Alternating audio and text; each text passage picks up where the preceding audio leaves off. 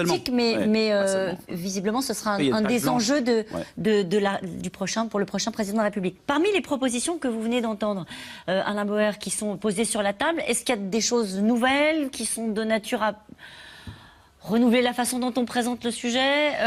Est-ce qu'il y a de bonnes idées, de mauvaises idées? Bon, d'abord, vous avez l'option perroquet. Police de proximité, police de proximité, police de proximité, police de proximité. Alors c'est intéressant, on ne sait pas très bien ce qu'il y a dedans. Nul ne le sait d'ailleurs, c'est une sorte de gimmick récurrent, parce qu'il faut en parler. C'est comme on vous dit, il faudrait rétablir les renseignements généraux. Alors je rappelle pour l'histoire que les renseignements généraux existaient et qu'ils n'ont empêché aucun attentat terroriste durant leur existence. Donc ce n'est pas la question. La question, elle est sur la qualité, le contenu, mais elle n'est pas sur des structures et des... Voilà, c'est un sujet important. C'est une culture qui est un problème, pas les structures. Mais dans ce qu'on a vu dans les candidats, moi j'ai trouvé que celui qui était le plus cohérent, le plus structuré, et celui qui avait probablement le plus travaillé à la surprise générale, c'était Mélenchon. Avec une vraie équipe qui a vraiment travaillé. Il faut lire le petit document.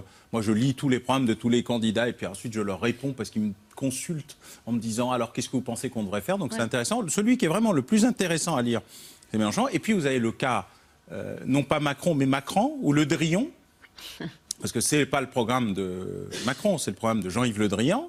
Alors, il est remarquable, structuré, cohérent, bien fait. Voilà, mais est-ce que je peux l'attribuer à Emmanuel Macron? Je peux dire que Emmanuel Macron a eu l'intelligence de prendre le programme que Jean-Yves Le Drian aurait pu présenter. Dans ce que vous avez entendu, est-ce qu'il y a déjà des choses qui sont en place et qui sont ressorties par les candidats comme des choses nouvelles? Mais déjà, chez Fillon, François Fillon et Marine Le Pen, j'observe que les premières mesures qui viennent sont des mesures d'ordre symbolique, qui ne changeront strictement rien, puisqu'en gros, il s'agit d'expulser des terroristes et de leur faire perdre leur nationalité, je ne sais quoi, dans des mesures qui sont dans l'ordre de la symbolique. D'abord, ça va être extrêmement compliqué d'expulser des Français, puisqu'il se trouve qu'en Angleterre, on a affaire à un Britannique, en France, on a affaire à des citoyens français nés en France, etc.